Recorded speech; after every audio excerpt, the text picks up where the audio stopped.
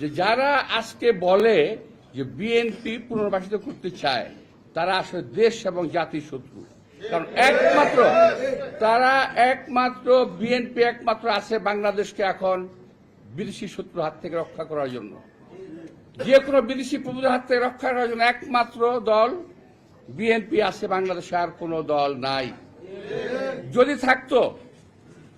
যদি থাকতো তারা আজকে আওয়াজ উঠাতো সচিবালয়ের ভিতরে আওয়ামী লীগের নেতা কর্মীরা কি করে, আওয়ামী লীগের সচিবরা বিএনপি সচিবালয়ের ভিতরে কি করে এখন পর্যন্ত।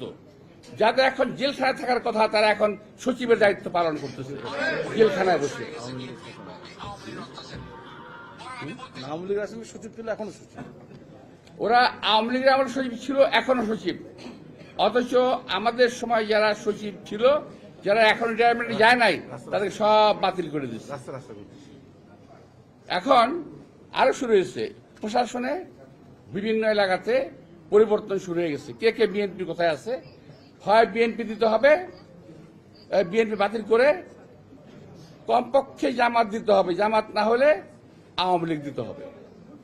আপনারা খেয়াল করে দেখবেন, থানা, পুলিশ, কোর্ট, কাছারি, সচিবালয়ের ভিতরে এই কর্মকাণ্ডগুলো শুরু হয়ে গেছে।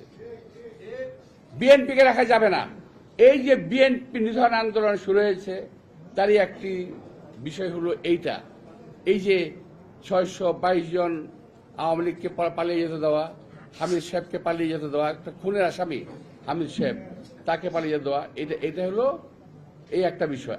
আরো বিষয় আছে, এই সরকারের মধ্যে অবস্থানরত অনেক কি বলে উপদেষ্টা যারা বাংলাদেশের নাগরিকই নন, তারা এই দেশ পরিচালনা করতেছেন।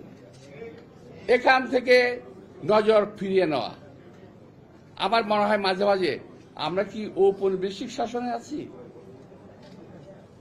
আমার মনে হয় যে আমরা দেশের মানুষের শাসনে নাই, আমরা ঔপনিবেশিক শোষণে আমরা আছি।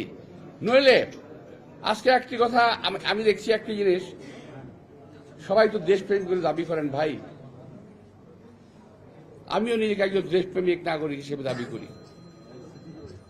আমি অন্য কোনো কারো কথা বলছি না, আমি আমার নিজের পক্ষ থেকে বলছি, দায়িত্ব নিয়ে বলছি যে আমি কেন ইচ্ছা করলে সেন্ট মার্টিন যেতে পারি না, আমি কেন ইচ্ছা করলে সাজেক যেতে পারবো না, আমি কেন ইচ্ছা করলে বাগাইছড়ি যেতে পারবো না।